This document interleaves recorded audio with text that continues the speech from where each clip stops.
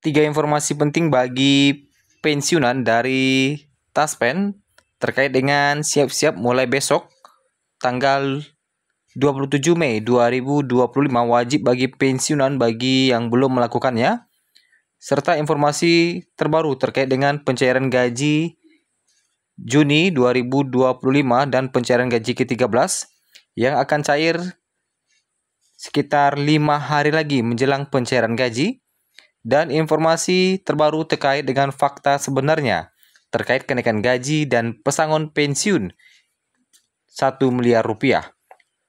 Sederet informasi ini kita sampaikan pada malam hari ini di Senin 26 Mei 2025. Kita masuk di informasi pertama terlebih dahulu terkait dengan siap-siap mulai besok tanggal 27 Mei 2025.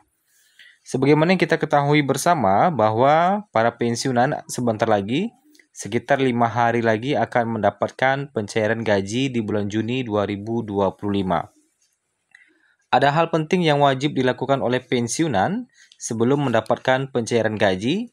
Kalau tidak dilakukan, maka pencairan gaji bisa terhambat untuk pencairan gaji pensiun di bulan Juni. Apa yang harus dilakukan oleh pensiunan?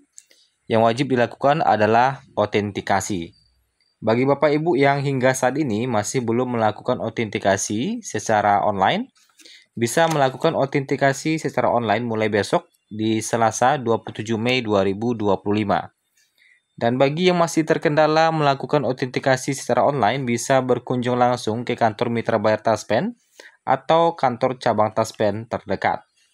Nah, itu beberapa hal yang wajib diinformasikan mulai besok. Kemudian, terkait dengan itu, Taspen baru-baru ini juga menghimbau agar kita waspada terhadap berbagai penipuan, apalagi nanti ada data-data Bapak Ibu yang dikirim melalui WhatsApp, pesan, atau email, kemudian mengklik link sembarangan, dan melakukan pembaruan data. Nah, itu hal-hal yang wajib diwaspadai. Ya. Terkait dengan pencairan gaji Juni dan gaji ke-13 tidak ada pembaruan data. Ya. Autentikasi hanya perlu dilakukan untuk pencairan gaji di bulan Juni, sedangkan untuk gaji ke-13 tidak perlu melakukan autentikasi. Nah, itu terkait dengan mulai besok ya.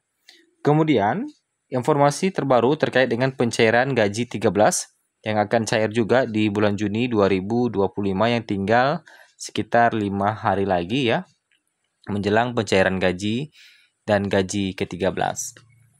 Kabar gembira tentu bagi para pensiunan, PT Taspen telah mengumumkan jadwal pencairan gaji ke-13 yang akan dimulai pada 2 Juni 2025, yang mana pengumuman ini telah ditandatangani oleh Direktur Operasional Taspen, Ariandi, pada 20 Mei 2025. Berdasarkan surat edaran tersebut, pembayaran gaji ke-13 bagi penerima pensiun dan tunjangan tahun 2025 akan dimulai pada Senin 2 Juni 2025. Ini merupakan bagian dari upaya pemerintah untuk meningkatkan daya beli dan kesejahteraan para pensiunan. Dalam keterangan resminya yang disampaikan melalui pengumuman PT Taspen, disampaikan bahwa pembayaran gaji ke-13 untuk penerima pensiun dan penerima tunjangan tahun 2025 mulai dilaksanakan tanggal 2. PT Taspen menjelaskan bahwa pencairan gaji ke-13 akan dilakukan secara bertahap mulai dari 2 Juni 2025. Nah, itu terkait dengan pencairan gaji ke-13 yang akan dilakukan secara bertahap. Kemudian fakta baru terkait dengan kenaikan gaji dan pesangon pensiun di tahun 2025. Bapak Ibu tentu hingga malam ini masih bertanya-tanya terkait dengan kenaikan gaji dan pesangon pensiun hingga 1 miliar ini. Akankah jadi diberlakukan atau tidak? Tentu ini masih menjadi pertanyaan bagi kita semua. Lembaga keuangan resmi yang menangani pembayaran pensiun telah mengklarifikasi bahwa memang pemerintah tengah melakukan reformasi pensiun yang kemudian pemerintah juga berencana melakukan perubahan dari skema pensiun lama menjadi pensiun baru. Isu mengenai pesangon untuk pensiunan PNS juga turut mencuat ke permukaan.